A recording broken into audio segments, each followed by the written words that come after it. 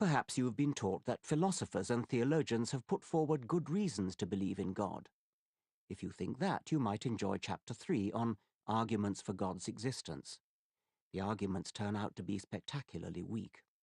Let us assume that his statement about the weakness of the arguments he chooses to present is a true one. Is this all that significant? Not really. Even if the arguments he mentions are weak, this does not mean that all possible arguments are weak, and they all have to be for us to accept his desired conclusion. The illusion of design in the living world is explained with far greater economy and with devastating elegance by Darwinian natural selection. As we will see later on, Darwinian natural selection does no such thing. That is not a Muslim child, but a child of Muslim parents. That child is too young to know whether it is a Muslim or not. There is no such thing as a Muslim child. There is no such thing as a Christian child. This is a good point, but like many of the issues raised in this preface, ultimately irrelevant to the question of whether or not God exists. The fourth consciousness raiser is atheist pride. Being an atheist is nothing to be apologetic about. On the contrary, it is something to be proud of, standing tall, to face the far horizon. For atheism nearly always indicates a healthy independence of mind, and indeed a healthy mind. Why is being an atheist, or an ist of any sort, something to be proud of? Dawkins pats himself on the back with his remark that being an atheist indicates a healthy mind. But if in fact the atheist position is wrong, this would instead indicate the contrary, since the atheist would in this case have substituted the delusional state of seeing something which is not there for the equally delusional state of not seeing something which is. If that is the case, this assertion that atheists have healthy minds begs the question. The word delusion in my title has disquieted some psychiatrists who regard it as a technical term not to be bandied about. 3 of them wrote to me to propose a special technical term for religious delusion, relusion. But for now I'm going to stick with delusion, and I need to justify my use of it. The Penguin English Dictionary defines a delusion as a false belief or impression.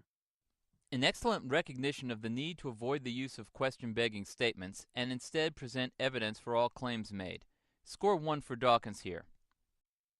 The dictionary supplied with Microsoft Word defines a delusion as a persistent false belief held in the face of strong contradictory evidence, especially as a symptom of psychiatric disorder. Oops, it looks like we better take away that score. After having accurately stated the need to justify his use of the term delusion, Dawkins fails to do so. Instead, he just provides a definition from the dictionary, as if simply providing that definition automatically provides the proof for his assertion. But how would it do that? And just what is the logical connection between the dictionary definition of delusion and the assertion by Dawkins that religion is an example of that definition? Nothing, other than his question-begging sentence, "The first part captures religious faith perfectly," which simply assumes what it needs to prove without, at this stage at least, presenting the necessary evidence. And Persig's quote only echoes the empty assertion without providing the required justification. Of course, dyed-in-the-wool faith heads are immune to argument, their resistance built up over years of childhood indoctrination, using methods that took centuries to mature. Dyed-in-the-wool faith heads? Now, that doesn't sound like the voice of a chaired professor at Oxford University.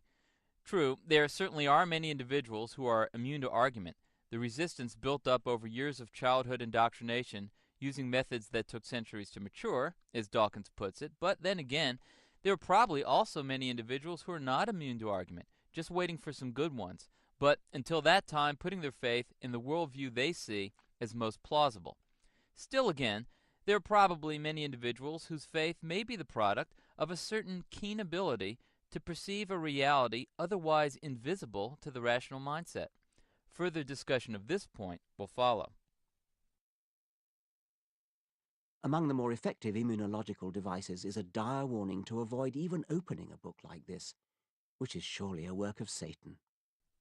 Many theists might view Dawkins' book as a work of Satan, literally or metaphorically speaking, but it is more likely the work of a very bright individual, genuinely convinced his worldview is correct, but who may or may not have come to that point of view with the evidence necessary to establish it, and may or may not have come to that point of view with a perception free of logical fallacies and sophistical devices tending to distort the interpretation of evidence.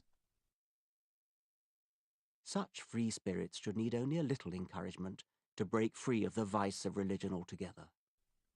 Religion a vice? Begs the question. We are asked to assume as true a conclusion for which hardly any evidence has been given. This tells us that in Dawkins' schema, an open-minded person could not possibly be religious. We will leave it to the listener to determine just how open-minded is that belief. Well, now we leave the preface and a style of argument we can't really describe as balanced. Let's move to the next chapter, where we'll see if Dawkins will modify his style of argument or instead continue to herd us down the same path,